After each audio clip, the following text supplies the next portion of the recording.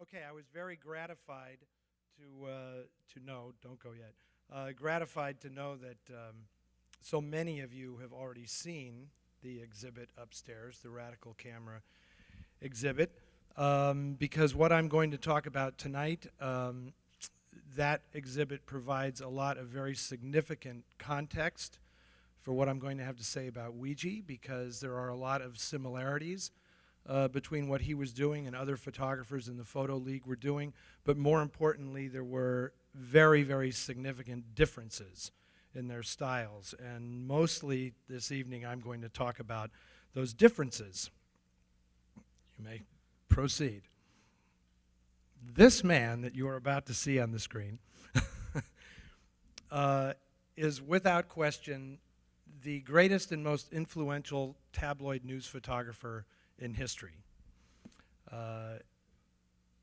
What really sets him apart from the other people whose work you saw in that exhibit is that Weegee is born where commerce and art collide. Because most of the photographers who were in the Photo League in New York were in it because they wanted to be artists. And although Weegee very much had an artistic sensibility, he was in it to make money. He was in it because he was a news hound. That was in his blood. And as we get deeper into this conversation, I will explain to you exactly why that is. But as you can see, this is Weegee's own self-image. The genius of the camera, it says at the bottom of this. A completely self-taught photographer, street kid, New York street kid, who grew up literally amongst the people that would become his greatest subject. The other thing that really distinguishes him from everyone else that you see in that exhibit upstairs is that he completely owned the night. There are barely any photographs in that exhibit upstairs of New York after dark, and that is where Weegee worked his magic. This is a photograph that he took in the late 1930s that is sort of emblematic of the work that he did at the beginning of his career. It's called, he titled it, One Way Ride. And this, nobody's going to mistake this for an art photograph. But this is what Weegee was paid to go out and get. And his ability to tell a story in these incredible flash pops from his speed graphic camera is what really set him apart. The genius, of course, here is that he manages to capture this man's death and this baby carriage in the background so that you have the corpse and the baby carriage in the same image. His thing was all about getting the story in one single, incredibly bold image. So the amazing thing to realize about this man is that he came to the United States when he was 11 years old, and he did not really begin his career as a freelance news photographer until he was 36 years old. Everything up till then was an apprenticeship, learning about cameras in the dark room and basically scraping out a living in various ways. All through his adolescence, he played the violin. That was his first love, but there was no way to make a living playing the violin. He was the original model for Clifford Odets's Golden Boy, with the violin. But he ended up turning to this. And nobody else would stake out this terrain, whether they didn't have the feel for it, whether they didn't have the guts to go out in the middle of the night in Manhattan on the Lower East Side and actually look for trouble happening. This became his stock and trade. He was the first person to really pursue this. He would sell these photographs on a freelance basis to the Acme newspaper service. They would pay maybe $20 for one murder. And after 2 years of freelancing like that, he became the first citizen in the United States to be allowed to have a police radio in his car. And that allowed him to get to the scene of crimes incredibly fast. This is almost this image is synonymous in many ways with Weegee. But this is entitled so brilliantly and poetically, Corpse with Revolver. This is, to me, this is like a classic shot because it captures so much the indifference of death in the big city. Notice the cop walking away. He waited to take this picture until the cop was just walking away with his hands behind his back. The corpse is covered up, and always with Weegee there is the telling detail. In this case, it would be the fact that it's a woman, because you can see her purse lying there right next to the sheet. So probably this was the victim of a car accident. And one thing that you always have to look at in Weegee photographs that's really telling is how fast he got to the scene, because the corpse will either be covered or not covered by the time he takes the picture. In many cases, he would decide what was the more effective photograph, seeing the corpse exposed or actually kind of the anonymity. And in this case, I actually think that he preferred this image because the purse was the telling detail that gave identity to the victim in this photo, where you didn't actually see the gender of the person. This is typical of a Weegee shot. I wish this was a little bigger. It's called Murder on the Roof. And one of the things that separated Weegee from other photographers who plied this beat was that he was obsessed with the act of murder as a social phenomenon, where other photographers would show up at the scene and try to get a picture of the victim. Weegee understood that much of the drama was in the totality of the scene, and he always tried to get the people gawking and watching from across the way. And this is such an incredibly intense New York image with the people on the tenement roof across the way watching. And sometimes, as you'll see in other photos as we go through, there's almost a party atmosphere in some cases. This is one of his most iconic photographs. This is one where he got to the scene right on time. Hence, there are a lot of theories about how Weegee got his name. When he was working as an apprentice in the photo department of the New York Times, his job was wiping away the excess water on the newsprints, and he was called the Squeegee Boy, and he became just nicknamed Squeegee. And then he, of course, being the greatest single self-promoter in the newspaper game, transferred that and transmogrified that into Weegee, and claimed that it was based on the Ouija board, the popular Ouija board, because he could divine magically where the crimes were going to happen before they actually happened. So he took the name Weegee. Now, the very, very practical aspect to all of this is that he was also hiding his ethnicity. Because if you worked in the newspaper business back then, you did not want to have a particularly ethnic name. It was far, this may come as a surprise to some of you, but Eddie Muller is not my real family name. My father, who was a newspaper man, worked at the San Francisco Examiner from the 1930s on. Actual family name is Vojkovic.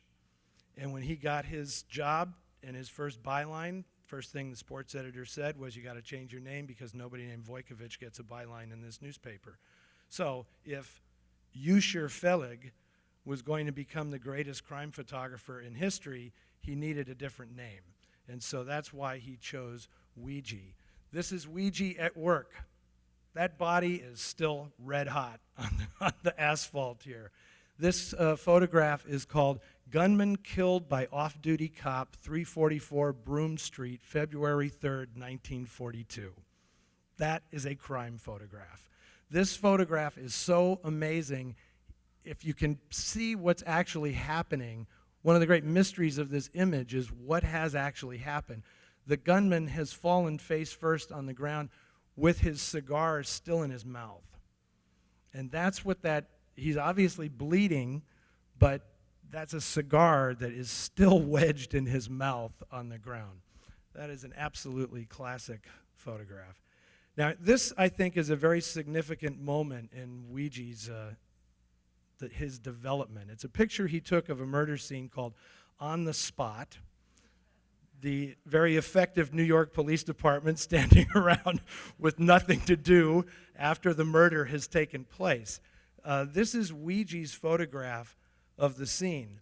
But this is a photograph by another anonymous photographer who captured Weegee at the scene.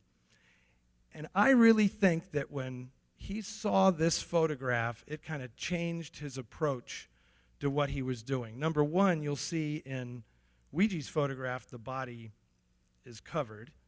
In this photograph, the body is actually exposed. But the crucial thing, and I love this image because it shows the crime photographer at work, something you rarely get to see in these images. But note the sign on the lamppost behind Weegee. It says, "The law." It just says, "The law. Keep your sidewalk clean. Never sweep refuse into street." Well, how perfect is that, right? And once Weegee sees this, he starts to incorporate this kind of humor into his photographs. And you get beautiful things like this. This is Weegee showing up at the scene as they're trying to cover the body. What he's getting in this shot is really only the feet of the victim, but it's in front of a movie theater that, of course, is showing Irene Dunne in Joy of Living on the marquee. So this kind of very ironic, pithy, dead-of-night humor is what would become Weegee's stock in trade. This is the man himself on the prowl in Manhattan. He had a 38 Chevy that was outfitted, like I say. This is before it was outfitted with the police radio. But as you can see, he was a character, what can you say, right out of the movies that hadn't actually been made yet. This is Weegee's in the trunk of his 38 Chevy, where he had a complete office on wheels. The legend has it that he developed photographs in the trunk of the car. That's totally apocryphal. It's not true at all. He would go back to his apartment and do the work there, but he had everything he needed to bribe people. Note in the bottom right here, you can see this box in the bottom right corner on that little platform where he's typing is one of his huge boxes of cigars that he would use to just bribe cops and everybody as he went through the night. That was like a big that was a big deal. He had multiple cameras back there. He had the typewriter so that he could type up all the information about the crimes that he was seeing. Or earlier on, before he had the police radio, he would just run back to the police station because his apartment was directly across the street from the police station. His studio apartment was at 5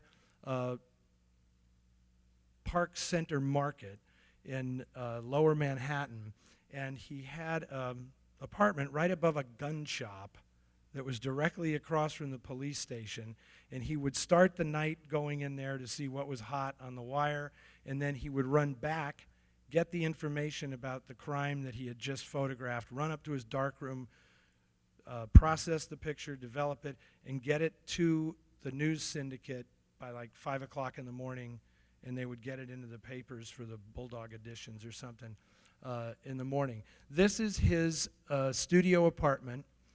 I'm going to say this was early 1940s. He lived there alone because he is using a time exposure. That's what he's doing with his hand there. You can see the cord on the cot. He's taking this photograph of himself. He has a lot of his work up on the wall around him. There's also another police radio in the apartment with him. Well, I'll get to that later. This is the outside. And this is Weegee on the ledge up there outside his apartment directly across from police headquarters. He's obviously getting a good angle on the paddy wagon coming in, bringing some guys into the precinct there. This building is still in New York. You can go there. Now, this is an image that was taken for a photo essay on Weegee when he started to get his reputation. And this is, again, his self-image that he was creating this character right out of the movies. You can see this is a girl that he knew who was an assistant or something, and it's like he's getting the hot tip, right? Well, the newspaper that she has in her hands, that's PM. That is the publication, very, very progressive newspaper, tabloid newspaper in New York that was essential to Weegee's development, both as a crime photographer and as an artist. It was a really, really amazing publication, and they gave him essentially carte blanche. Once he really showed that he knew what he was doing and that he had access that nobody else had, and he had these divine powers, the editor at PM basically just said, go out there, do it, bring the pictures back, we'll print them. And it was that leeway that ended up allowing him to develop this immense body of work that would at some point turn into his huge success. Again, is this man living his own film noir movie or what? I mean, this was another photograph in that series of him starting out the night, heading out into New York on the prowl. And might I say that, you know, these pictures are taken in the late 1930s, right? No such thing as film noir actually existed yet in public consciousness. I mean, not even the movies that Hollywood would make had really come to fruition yet. So his view of New York, as you can see, and his view of himself in that milieu is going to be very, very influential. Here he has himself photographed, as it says at the bottom, my studio, a patrol wagon. And this is exactly the kind of picture that he specialized in when, you know, he was known as the photographer of Murder Incorporated. When the gangsters held sway in New York and there were all kinds of gang wars and the mob was really taking over, Weegee was the photographer of choice. If you were getting called in and braced by the law for something and you were going to get your picture taken, you wanted Weegee to take the picture. Of course, they often covered their faces. As you can see, always the telling detail with Weegee. What I love about this picture is if you look closely, you can see those guys are wearing tuxedos because you can see the satin stripe on the pants. These were high society guys who got a little drunk and started behaving a little recklessly. And as you'll see as we go further into this program, Weegee had a particular eye out for the upper class. When he could catch them with their pants down, so to speak, he would really dive right in there and try to get the best possible photograph he could. But a lot of these images are very, very much, this is Weegee's New York. And again, no one is going to claim that this is a great art photograph, but he was completely unafraid of doing things with the camera. As we'll talk about, he would prefer to have the askew composition, his flash bouncing off the light hat of this guy in front of him. He wasn't afraid of other photographers jumping into his picture because to him it just added to the action and the vitality of the image. He always felt that he was going to get the best shot. No matter what, he was going to be the one to end up with the best shot. This is a beautiful, this is an actual beautiful photograph called Anthony Esposito, Accused Cop Killer. Do you think the NYPD roughed him up a little bit when he was in custody? I think so. Now, here is a great photograph. You all get it. It's pretty obvious what this is. Weegee titled the photograph, The Gay Deceiver. What I love about this picture, I don't know if you can see it so clearly up on the screen here, all eyes riveted on this transvestite getting out of the paddy wagon. It's the guys still in the paddy wagon that make this photo so great. They are so completely mortified of being seen with this guy that you can just see right back here, there's this guy, he's actually praying like this. Like, oh, please, no. And the guy over here on the left is kind of, he realizes there's a photographer and he's starting to cover his face. It's just, and of course, the star of the show couldn't be happier to be photographed. And it's a good shot. You look great, you know. This is Weegee at the scene of an accident. You cannot take a better news photograph than that. That succeeds on every level. This is an ambulance that actually runs off a bridge and crashes into the canal. And there is no way that you can get a better photo than that. And it's weird. It seems odd to talk about this and to talk about the brilliance of his compositions and the incredible sense he had for the moment to take the picture, and to talk about it as art when in fact that man is dead that they're pulling out of the water there. But to Weegee, he ran up against a lot of opposition when people said, but it's not art because it's so lurid. It was just not really the thing that a polite person did for a living. Meant absolutely nothing to him. He said the greatest subject in the world is life and death. And if I can photograph that moment, that's it. That's all he wanted to do, was get that exact moment. You'll hear a little more about this photograph in a short while. I'm not going to tell you what it's called. I'm going to leave that to somebody else. But again, this is an example of how there's a murder. This poor guy here is dead in the doorway of a candy store.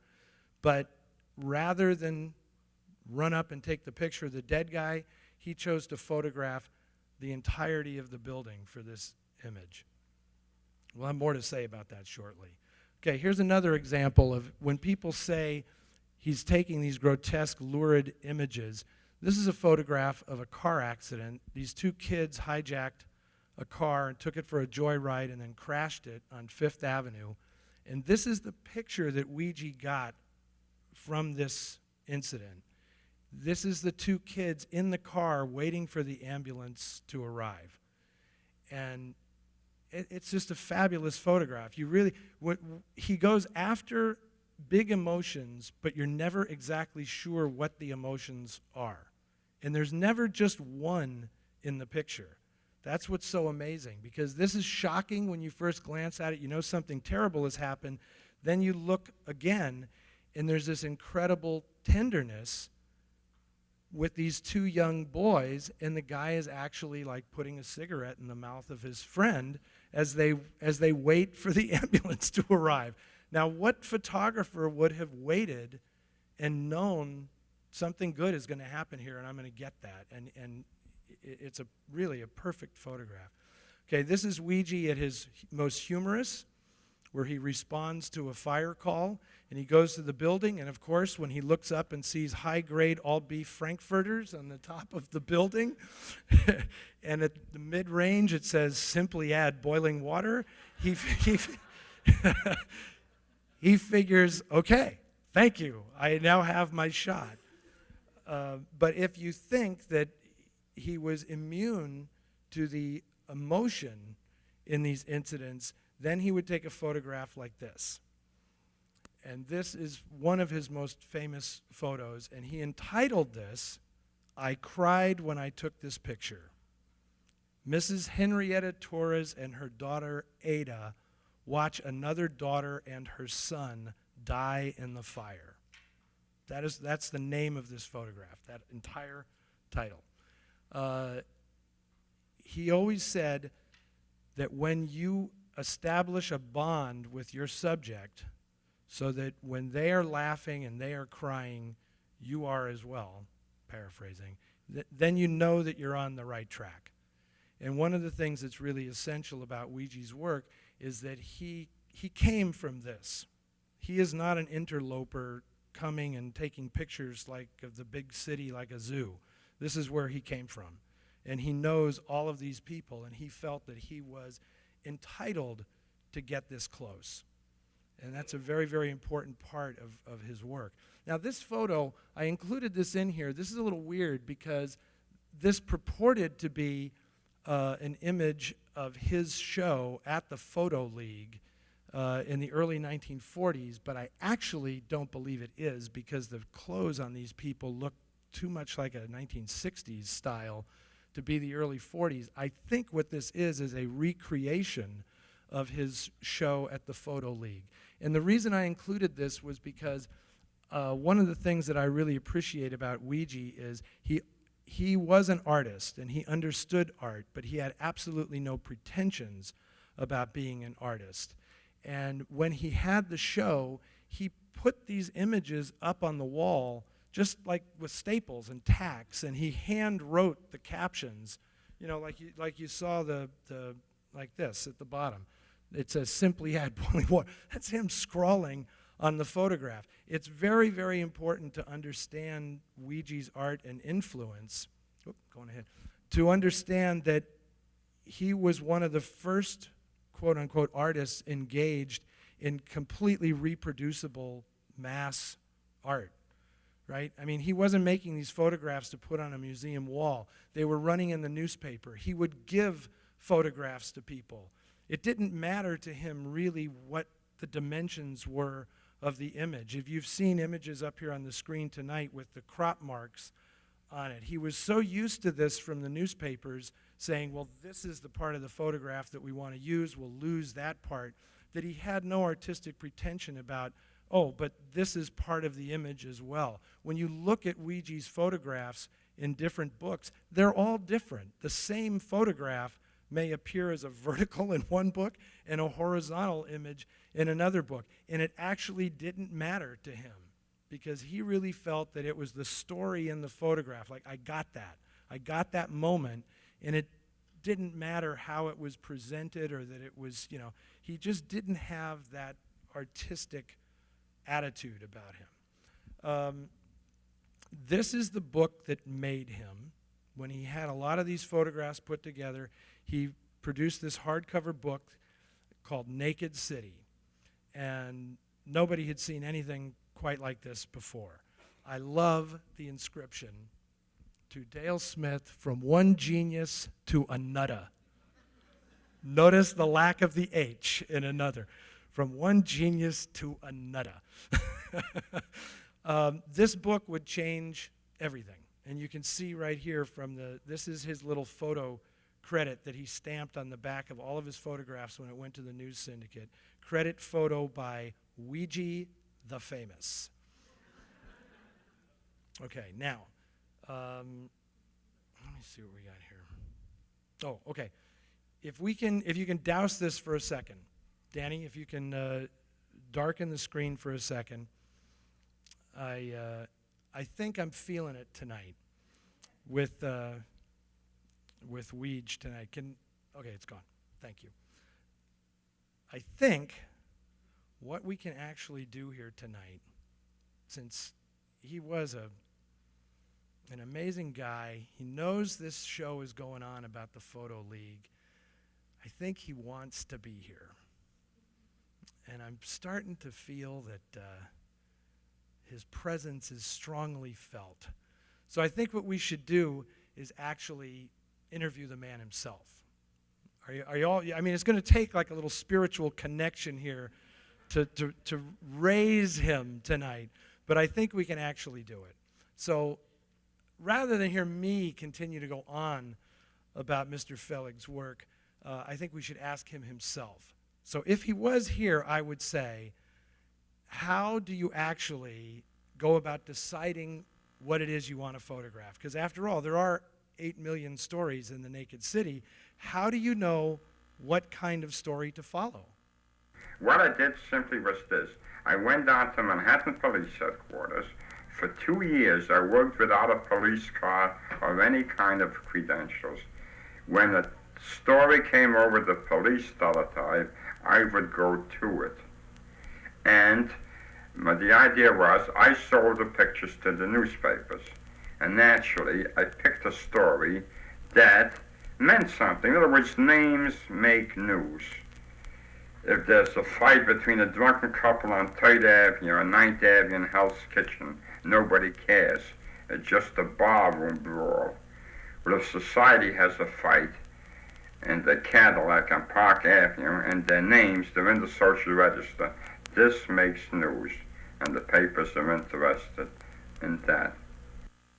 Okay. But how do you do it if it's a society person that has been arrested and they don't want to have their picture taken? How do you get that photograph? When a person gets in trouble and they get arrested, the first thing they do, they cover up their faces. And editors don't like it. They say, don't give me any excuses. Give me a picture so our readers can see what the person looks like. For example, A woman, the New York cops arrested a woman who was wanted for a $25,000 jewel robbery in Washington, D.C. The woman, being a dope, was naturally captured. She was in a cell downstairs in the basement of Manhattan Police Headquarters. I went down, she started to cover up. I says, look, lady, save your energy. I'm not going to take a picture. All I want to do is talk with you. She says, no, I know what you want. You want to take my picture. Why should I let you? So my friends, relatives, and mother can see it on the front pages of the newspapers. I said, now, wait a minute, lady. Don't be so hasty. You have your choice. Do you want your picture to appear in the papers, a rose gallery picture with your number underneath it? Or would you let me make a nice home portrait study of you, using nice soft lighting like Rembrandt would have done? Talking and arguing with her, I convinced her that was the only logical thing for her to do, to pose for a picture. Now, that was a good catch, you might say, for me, besides the New York cops. Anyway, this showed that by arguing with people, you can get them to uncover. People are reasonable, even jewel thieves. Well, you know, so many of your images, though, are scenes of street life, particularly at night, things that happen every day. Yet somehow these images still seem larger than life, almost archetypal. Do you take a lot of pictures and then choose the best one, or do you look for the special moment, that precise moment? I will walk many times with friends down the street, and they'll say, hey, Weegee, here's a drunk or two drunks laying on the gutter. I take one quick look at them. I say, they lack character. So even a drunk must be a masterpiece. I will ride around all night or all year looking for a good drunk picture. One of the most beautiful ones I got, after riding around 2 years, then I made my drunk picture, was a guy in Amsterdam Avenue. One Sunday morning, about 5 o'clock, he was sleeping underneath a canopy of a funeral undertaking parlor. Now that to me was a picture. Of course, the obvious title would be Dead Drunk. So, in other words, I am a perfectionist. When I take a picture, if it's a murder or if it's a drunk, it's got to be good. Photographer to treat a crime scene like an artist's canvas. Do you have any insights on shooting a murder scene and how it's different than other dramatic scenes? Now, the easiest kind of a job to cover was a murder, because the stiff would be laying on the ground. He couldn't get up and walk away or get temperamental, and we would be good for at least 2 hours. So I had plenty of time. At fires, you had to work very fast. Okay, so what about if you're at a scene and that fateful moment has passed? How do you decide what to shoot to make it something better than just the typical news photo? I want back to that picture I showed of the entire tenement building. One of the best pictures I've made is, just to give you an aside, I got up 9 o'clock one night and I said to myself, I'm going to take a nice little ride and work up an appetite. I arrive right in the heart of Little Italy, 10 Prince Street. Here's a guy had been bumped off in the doorway of a little candy store. This was a nice, balmy, hot summer's night. The detectives are all over, but all the 5 stories of the tenement, people are on the fire escape. They're looking, they're having a good time. Some of the kids are even reading the funny papers and the comics. There was another photographer there, and he made what we call a 10-foot shot. He made a shot of just a guy laying in the doorway. That was it. To me, this was drama. This was like a backdrop. I stepped all the way back about 100 feet. I used flash powder, and I got this whole scene. The people on the fire escapes, the body, everything. Of course, the title for it was Balcony Seats at a Murder. That picture won me a gold medal with a real genuine diamond. So that was it. In other words, I tried to humanize the news story. Of course, I ran into snags with the dopey editors. If it was a fire, they'd say, where's the burning building? I says, look, they all look alike. I says, look, Here's the people affected by the burning building. So obviously, you have to have a special sense of when the moment is exactly right. Jesus, truly a great photographer. And we started talking about things, and he said something happens. It's 1,000th part of a fleeting second. It's up to the photographer to capture that on film, because like a dying day, the thing will never come back again. He was referring there to Alfred Stieglitz, who was his predecessor as the great documenter of New York. And it's really fascinating to compare the two of them, because Stieglitz was a walker, and he would walk all around New York, and he would take amazing photographs in the early part of the last century. But comparing his work, this is something I recommend you do if you're really into this, comparing his work with Weegee's and the difference that came with the automobile and the fact that Weegee was on wheels, and just other technical innovations that Weegee had, but also how they personally interacted with the subjects. Stieglitz was much more into making a perfect art photograph, whereas Weegee was much more into having an emotional connection with the subject. And if it's fleeting, that means you've got to be very, very quick on the draw. News photography teaches you to think fast, to be sure of yourself, self-confidence. When you go out on a story, you don't go back for another sitting. You got to get it. Is there anything that anything else that you imagined doing? Anything else that could have been more satisfying? News photography. This is the most wonderful experience for any man or woman to go through. It's like a modern Aladdin's lamp. You rub it, in this case the camera, you push the button, and it gives you the things you want. It gives you the things you want. Well, thank you. I'm very glad we actually got Weegee himself into the event tonight. And you know, just as a quick little aside, those of you who come to the Noir City Festival know that I do a lot of work with film preservation and things, and I want to give thanks to the people who had the foresight to actually make that recording of him in 1958.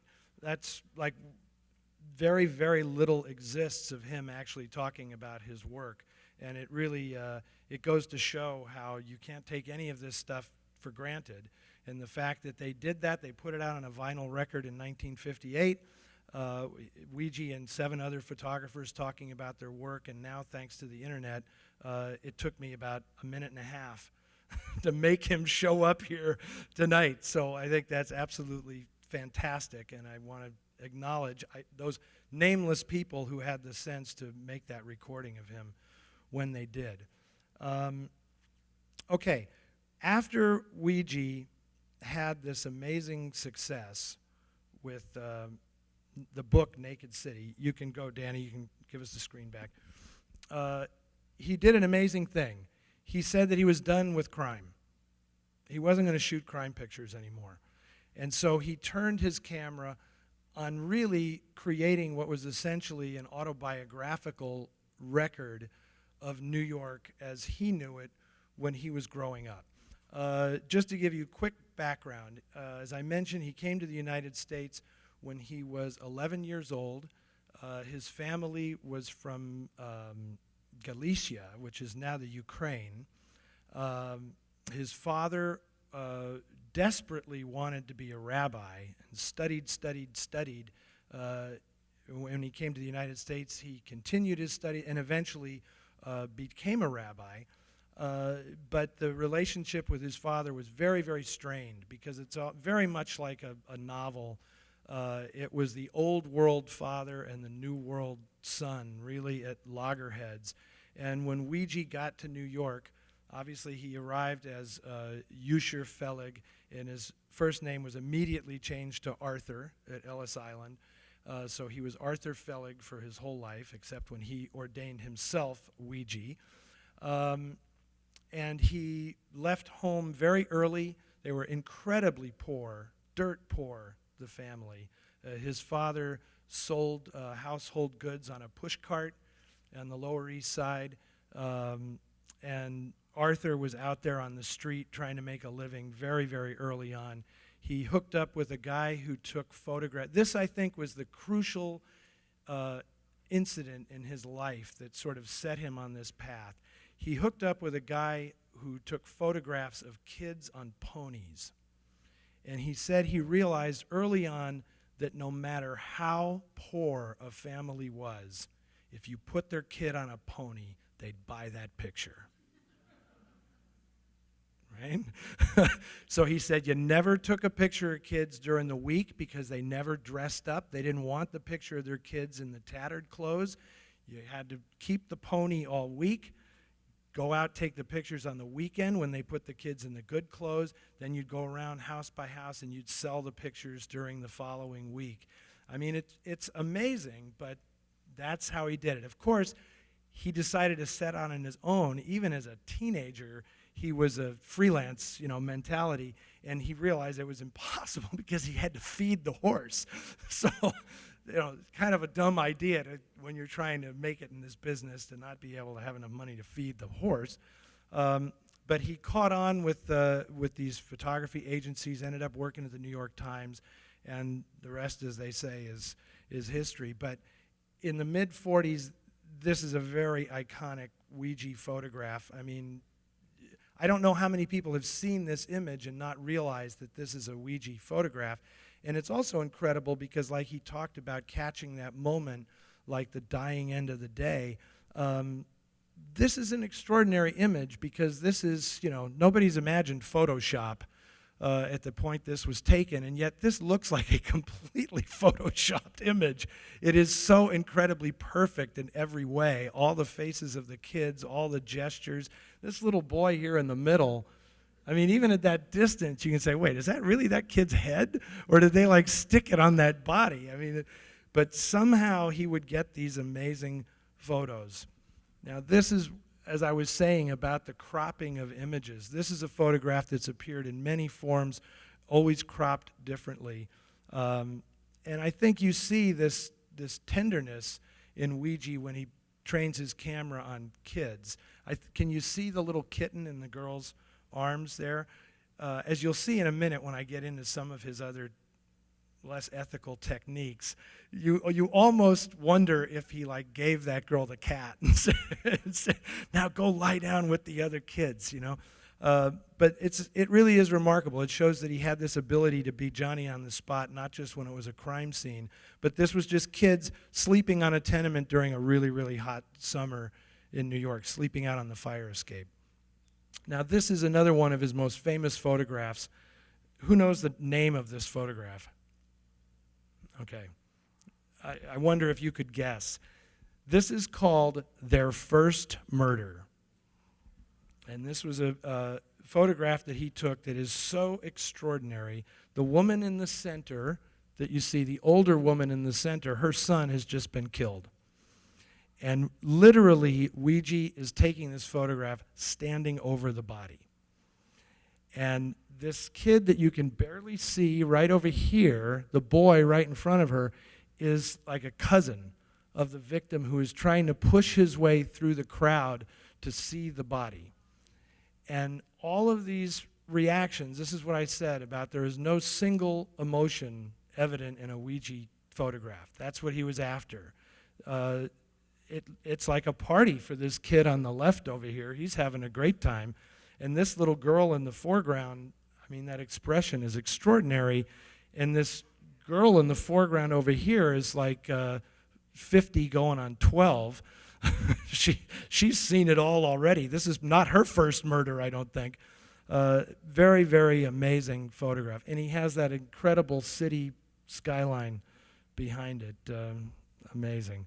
Another example of kind of the same thing. I don't think this is the best way to see it. This resolution isn't so great on the screen.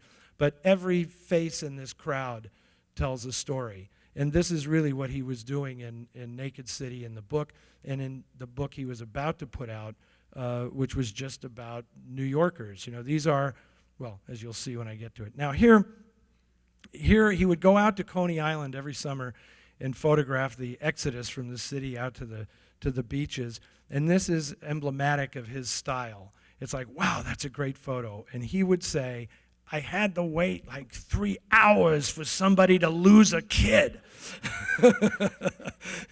He would sit there like, why doesn't it? And you know, he was really, really sorely tempted to like grab somebody's kid and like rough him up and say, go to the lifeguard, you know, because I got to get that damn picture. And you could just see that, but it's all perfect, the slightly tilted angle and the sign, and the guy looks great. The kid is squalling just perfectly. In the early 40s, this was during the war, Weegee started experimenting as if the night was not enough for him to go out with his flash in the night. He started experimenting with infrared film. And he would go into the movie theaters in Manhattan and photograph people in the movie theaters in the dark, right?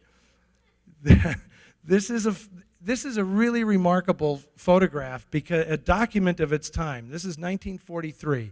The sailor is obviously putting the make on this girl that he's with. Her legs are up on the seat in front of her, and his arm is between her legs. I mean, there is no mistaking what is happening here. There's a guy sitting right behind him just watching the whole thing, and next to him is a black guy sound asleep with his head back. I think he's going to choke. I mean, you can barely see him in this picture. And here's another black guy in the front, just like, I think that dude's taking a picture of me. Yeah, I mean, it really is pretty amazing. But it speaks to the melting pot that Manhattan was at that time, and it really is a pretty remarkable, that whole series is remarkable. Here's a photo that he took called Two Girls in a Bar.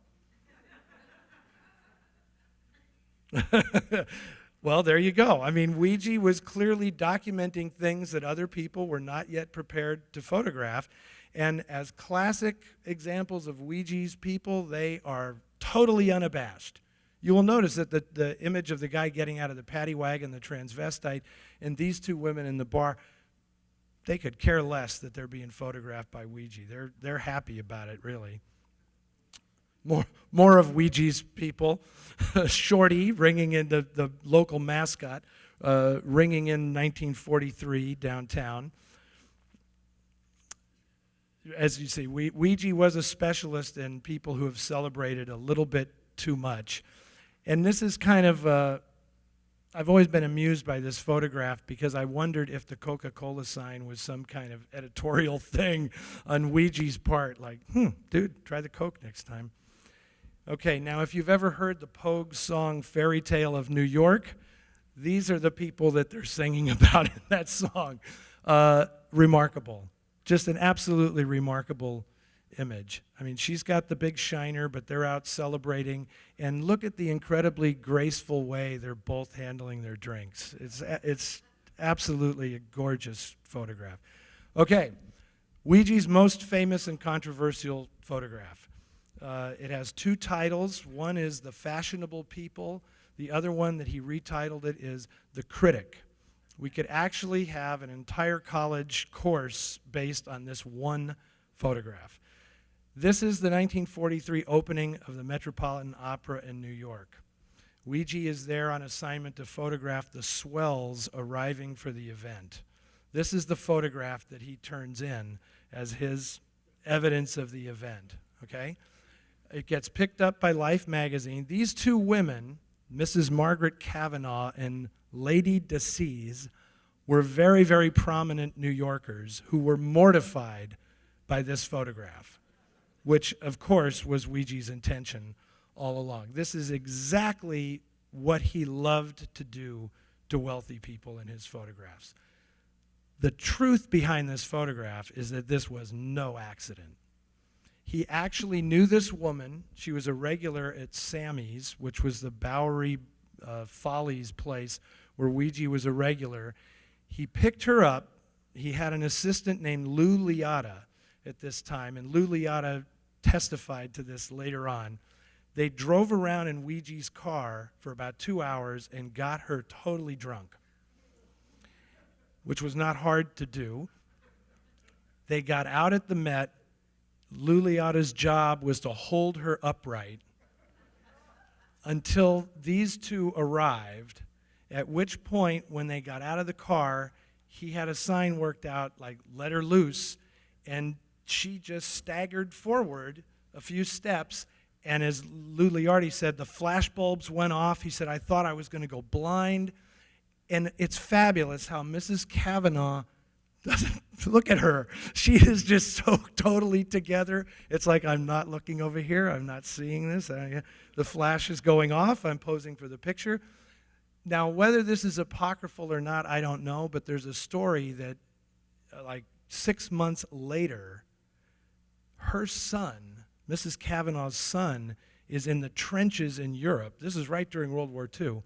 And this photograph rains out of the sky, dropped by the Nazis en masse as propaganda saying, "This is what you're fighting for."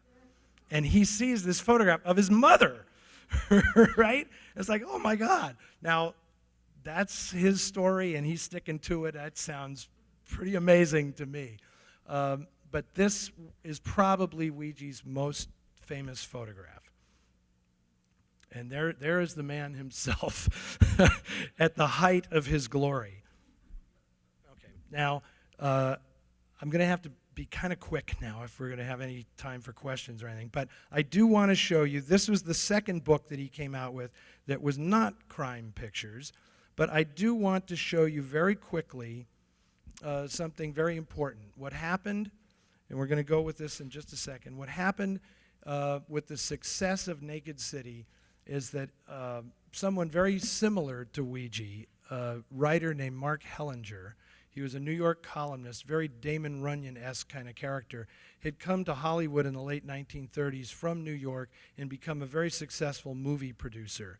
He bought the rights to the title Naked City from the publishers of Weegee's book and created a film called The Naked City that is totally inspired by Weegee's work. But he put a police manhunt plot to it.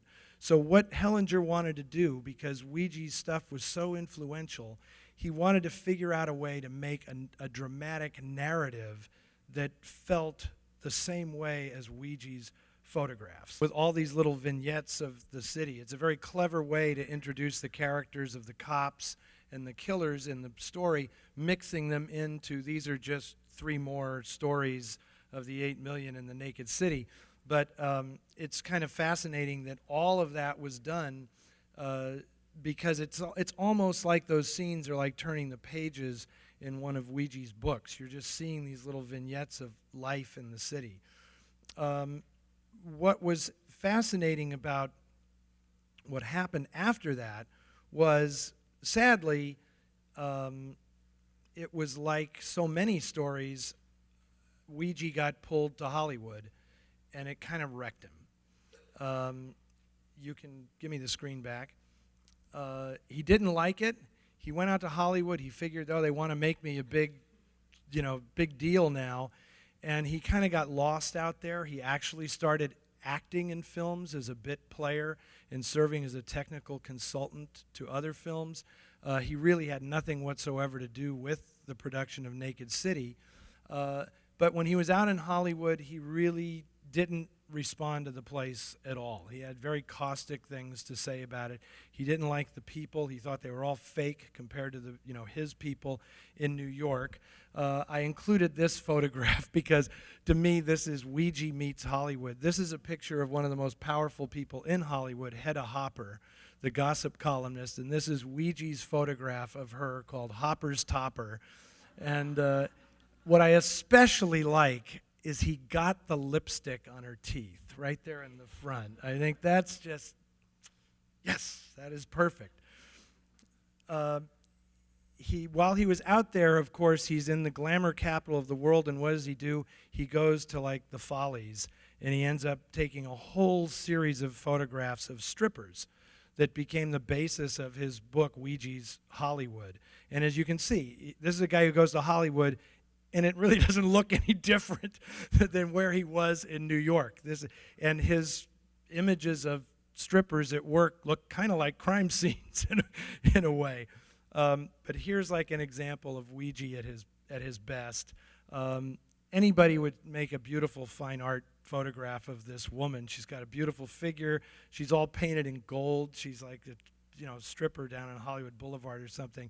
But that's not the photograph. The photograph is, she's having a drink of water, and this guy comes in and just makes the whole image with not realizing he's about to have his photograph taken. You may not know that this iconic image is photographed by Weegee. He was hired to be just a set photographer when Billy Wilder shot The 7-Year Itch, and there is no question that Wilder's writing of this scene for Marilyn Monroe was inspired by looking at photographs in Naked City of girls having their skirts blown by the subway. And this is one of those weird, twisted cultural moments where they take the original the original image, put a movie star in it, and then the guy who photographed the original image photographs the movie star on the set. But here's what was fascinating. While he was in Hollywood, Weegee became obsessed with leaving behind all of his previous work and trying new techniques that involved lens distortion. This is one of a series of photographs he took of Marilyn Monroe with this new technique. Now, only Weegee would photograph Marilyn Monroe and make her look like that. And it must be said that she was very, very fond of him and was really, really excited and pleased by this series of photographs. I'm not going to show you the whole series, but there's like 5 of them. And the taking of these pictures of Marilyn, to me, is a very, very significant, we now know in hindsight, very significant cultural event, as you'll see. At this time, clearly, the man had a sense of humor about himself and didn't really care what people thought. This is not exactly a self-portrait, but yeah. And this is a picture of him going through his photographs. He lived in that same studio apartment up until from 1936 until 1947, moved back to Hollywood, and then when he went back to New York, he lived in a slightly bigger apartment, but no more orderly. And this is how he cataloged photographs, I guess. And by 1960 or so, this is the kind of work that he was doing. He had succumbed to the notion of creating art photography and doing multiple exposures and things. And I'm not critical of this picture or anything, but it just seems so ludicrous compared to the work that he was doing before. He had kind of lost his way. He didn't want to shoot the stuff that he was famous for any longer. What ended up happening was he inspired people, including this man, film director Stanley Kubrick, who obviously started out as a photographer in New York himself and worked for Look magazine in the early days. If you've seen Kubrick's early films like Killer's Kiss and The Killing, Killer's Kiss especially is directly influenced by Weegee's crime photography. It's his attempt to do what Mark Hellinger did, only do it photographically, not just adopt the attitude of Naked City, but actually capture the Weegee look on film.